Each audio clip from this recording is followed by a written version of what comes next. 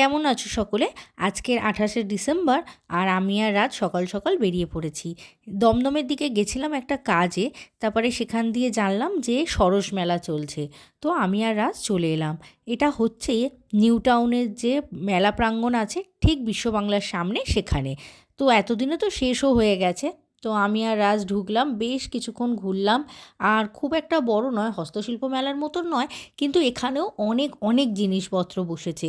নানা রকম ফুলদানি, তারপরে বেতের জিনিস, পাটের জিনিস, ঘড়ি, কাঁচের জিনিস নানা রকমের বসেছে। তো আমরা সব কিছু বেশ ঘুরলাম। আর আমি কিছু ফুল কিনেছি, যেগুলো আমি প্রতি বছরেই কিনি। তারপরে পাশেই খাদ্য মেলা হচ্ছিল, সেখানে ঢুকলাম।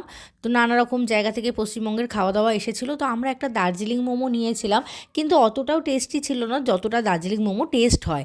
তো আর নিয়েছিলাম একটা কুলফি, রাজস্থানি কুলফি, সেটাও অতটা ভালো ছিল না, হয়তো মেলা বলে খাবারের কোয়ালিটিটা পোর রেখেছিল। তো যাই হোক, তারপরে একটু ফালুদা খেলো রাজ।